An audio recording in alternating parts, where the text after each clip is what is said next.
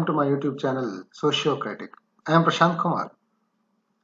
We are discussing about the 10th standard social science topics. Last class in the history we discussed about the entry of Europeans and then British, how they started to occupy India, that one we saw. Today let us discuss about the extension of the British rule. Actually in India, British had the tough competition of the French. And through Carnatic wars, the English had made other European countries not to challenge them in India, that mainly French. So Europeans were not the competitors now. And in India, they gained political control over Bengal through Plassey and Buxar battles. Two battles we already discussed in the last lesson. So there in North India and western part, especially Mumbai and North India, the Bengal and Mumbai came under their control. But South India, where Hyder Ali Tipu Sultan means Mysore kingdom, Marathas, they were strong here. That's why they could not come to South India. That blocked them. And in North, Punjab was ruled by Raja Ranjit Singh. He didn't allow these British to enter into his kingdom. So that's why, so slowly the British wanted to occupy India, they followed different policies. British waged repeatedly wars from the mid of 18th century to 19th century, mid of 19th century. And also they followed different policies, some cunning policies they followed, that is subsidiary alliance and doctrine of lapse. Let us discuss about that one later. And in that, wars against Mysore, 4 Anglo-Mysore wars. Against Marathas, 3 Anglo-Maratha wars. And against Sikh, 2 Anglo-Sikh wars they waged. In that, first of all, here we have to study about the Anglo-Maratha wars and Anglo-Sikh wars. Anglo-Mysore wars, let us discuss in the next lesson. So let's discuss today the first part, that is Anglo-Maratha wars. First Anglo-Maratha wars in 1775 to 1782. So what are the causes for this war? Causes: Marathas instilled Shah Alam II back to Delhi throne. And they helped Shah Alam II to come to throne. So in return to that, he had given Kora and Allahabad to Marathas. But these places were already given, earlier it was given to the British. So British already got that place, the same place Shah Alam II gave to Marathas. That's why this created enmity between Marathas and British. So this is the main cause. And there in Maharashtra, in Pune, Madhav Rao died. So Peshwa Madhav Rao died. After his death, there is a competition for the throne to become the Peshwa. In that, his brother Narayan Rao became the Peshwa. After Madhav Rao, Narayan Rao, his brother Narayan Rao became the Peshwa.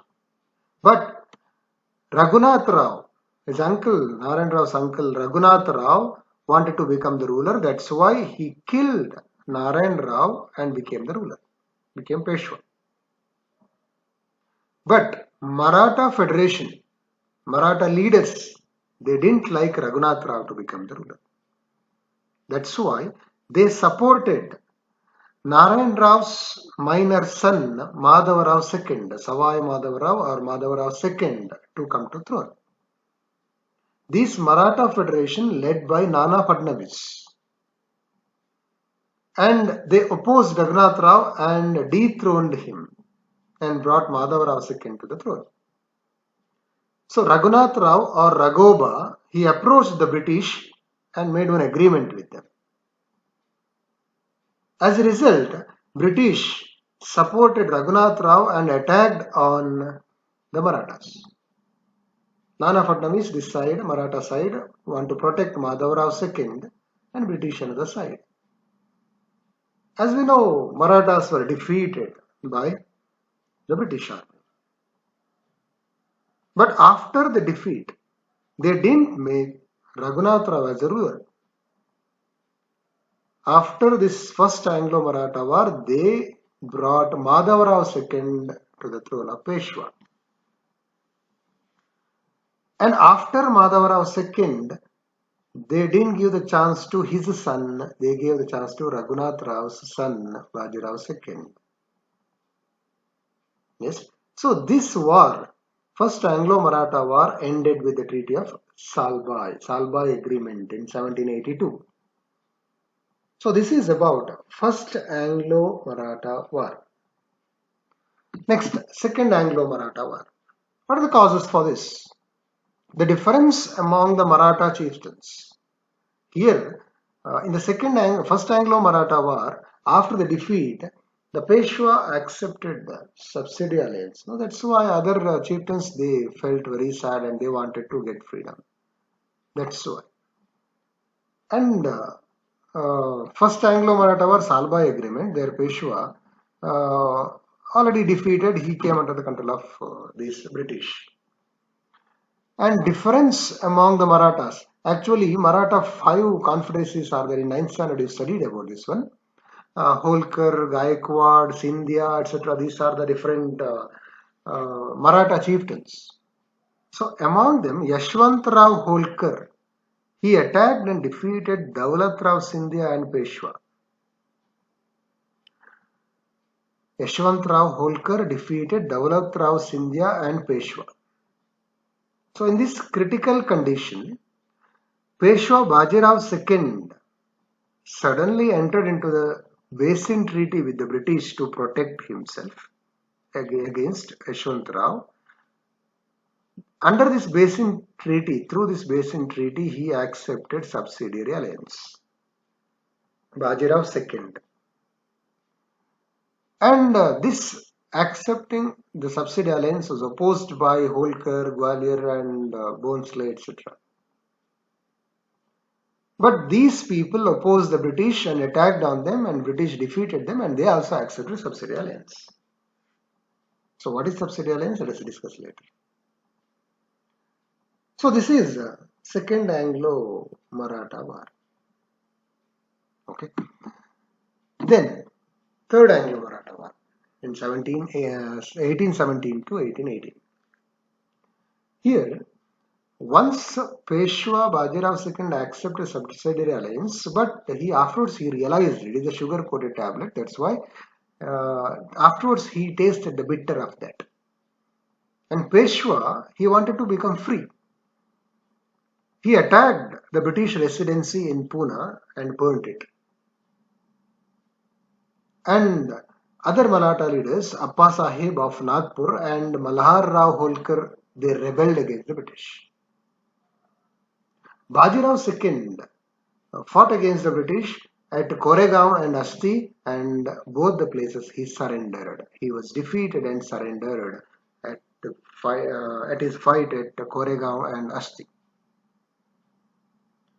And after this defeat, British gave pension to Bajirao II. Bajirao II was pensioned off. He was sent to home. And most part of the Maratha kingdom was occupied by them. And only the small part, Satara, was given to the Shivaji's grandchild, Pratap Singha. So in this way, Maratha kingdom came under the control of British. Yeah. Now we have to see subsidiary alliance. What is subsidiary alliance? Governor General Lord Wellesley, he started this subsidiary alliance, a cunning plan prepared by Lord Wellesley. What is subsidiary alliance?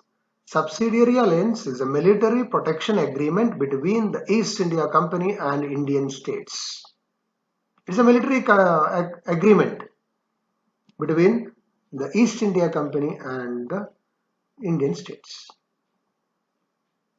And here, The Lord Wellesley, very cunning person, he wanted to occupy India. Lord Wellesley followed three policies to extend the British Empire in India. They are subsidiary alliance, this one, and waging war against the new states, and administering the states directly that were under the control of the British. So actually here, in the second Anglo-Maratha war, after second Anglo-Maratha war, there was more criticism on Lord Wellesley because he was waging more war. That war thirstiness of this Lord Wellesley created many problem and financial burden to the company. That's why he was criticized and afterwards he was resigned the post. And many kingdoms of India accepted this subsidiary alliance, among them Hyderabad Nizam, first person. First Indian ruler accepts subsidiary alliance, Hyderabad Nizam, then Mysore, Awadh, Tanjavur, Pune, Berar, etc. These rulers, they accepted subsidiary alliance. Okay, what are the conditions here? Friends, so according to subsidiary alliance, the king who accepted subsidiary alliance, who signed that agreement, he had to keep the British army in his kingdom. One British army will be kept in his kingdom. Very nice. How nice it is. He get protection. But the problem here, he had to bear the expenses of army and wages of soldiers. He had to bear the expenses of that. And also he has to pay the wages of the soldiers. See, expenditure for him. And he had to give certain revenue lands to the British. Anyway, they are giving protection, no? That's why. Some lands from which the revenue comes, tax comes, such land he has to give to the British. See now? So this is the cunning plan. Easily they will maintain their army and they will get income. And another condition, the ruler could not appoint any other Europeans other than English. He could not appoint any other Europeans in his kingdom, in his capital. He had to appoint one British officer. One British officer will be kept in the court of that king. And another condition is a great one and horrible one. Without the permission of the company, he could not enter any agreement or pact with any other Indian rulers. And he could not wage any war also. Without permission of the British, he could not enter any agreement or wage any war against the other rulers of India. So he became the slave in the beginning. But in return what? They will say so nice. That's why I told it is a sugar-coated tablet. In return, company would offer protection from internal and external aggression. From external aggression means other rulers, when they attacked on him, they will protect. How nice it is. He will not get any problem from neighboring rulers, his enemies. An internal problem, any disturbances there, any rebel there, they will suppress. So this is the main earthworm while fishing we keep in the hook like that. Okay, these are the conditions of subsidiary alliance. See, now next we have to move to the Anglo-Sikh War. How they occupied Punjab. In Punjab, actually, Ranjit Singh was a ruler. Ranjit Singh was born in 1780. His father, Malan Singh, and at the age of 10, he lost his father, and he had to rule the country under the guidance of his mother and the ministers. But after a few years, Zaman Shah of Kabul, he invaded India. At that time, he offered his service to him. As a result, Zaman Shah made him the governor of Lahore and gave the title Raja to him. Afterwards, he became Raja Ranjit Singh. And because of smallpox in his young age, he lost his one eye. And afterwards, he maintained very good relationship with the British, and through continuous agreement, he made the British out of his kingdom. He didn't allow them to come to his kingdom. But after his death, the problem started. At the age of 82, I think, he died, And after that, political anarchy in Punjab after here, Ranjit Singh, Raja Ranjit Singh. And there was a competition between his children, the minister, etc. And British attempted to invade. See, where there is war, third person will come and occupy that. And the combined forces here, what happened? When British wanted to invade, there Duleep Singh came to the power at that time. He was minor, and his mother Jindan, she supported, and she was acted as regent. His minister Lal Singh. Lal Singh opposed the British, and British attacked. At that time, see, this is the positive thing what we have to see here. I think in the history it is very rare to see the combined force of Hindus, Muslims, and Sikh, three religions. They fought against the British, but they were defeated. Reason only this one: the traitors. Some traitors, the Indians only, they supported the British. That's why this combined force was defeated. There is a problem of India actually. And after this defeat, one agreement was made in 1846, that is the Lahore Agreement. And after Lahore Agreement, Duleep Singh, he accepted subsidiary alliance, and Sikh opposed this attempt of the British to control or rule Punjab. And as a result, some leaders, they rebelled, especially that rebel or revolt was led by Chattar Singh Atariwala in Lahore and Mulraj in Multan. So there this opposition started, and British defeated all these rebels and merged Punjab with their empire. So Punjab also came under control of British, and with this all the places came under control of British. Another cunning plan I told already, Doctrine of Lapse, which was introduced by Dalhousie. Subsidiary alliance by Lord Wellesley, Doctrine of Lapse by Dalhousie, Lord Dalhousie. So what is Doctrine of Lapse? If any Indian ruler died without children, their adopted children had no legal right over the throne. Here any ruler who died without a male child is a legal heir.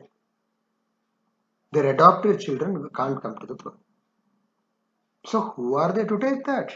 But we didn't have that unity among the rulers of India. That's why all these games played by the British became successful. And because of this doctrine of lapse, many kingdoms of India came under their control. That is Satara, Nagpur, Sambalpur, Udaipur, Jhansi, Jaipur. Many kingdoms came under their control. Here what happened, not only this much, many kingdoms came under their control. Rulers, they lost their power, their kingdom. At that time, the soldiers, those who worked under them, lost their job. And people, the Indian people, they believed that Raja Pratyaksha Devata. They had good faith on the king. And those who support this king, they started to revolt against the British. As a result, in 1857, the first war of Indian independence started, or Sipahi Mutiny started. That one let us discuss later. So anyway, we already studied about three Anglo-Maratha wars and two Anglo-Sikh wars, and with that two cunning plans, that is subsidiary alliance and doctrine of lapse. Thank you.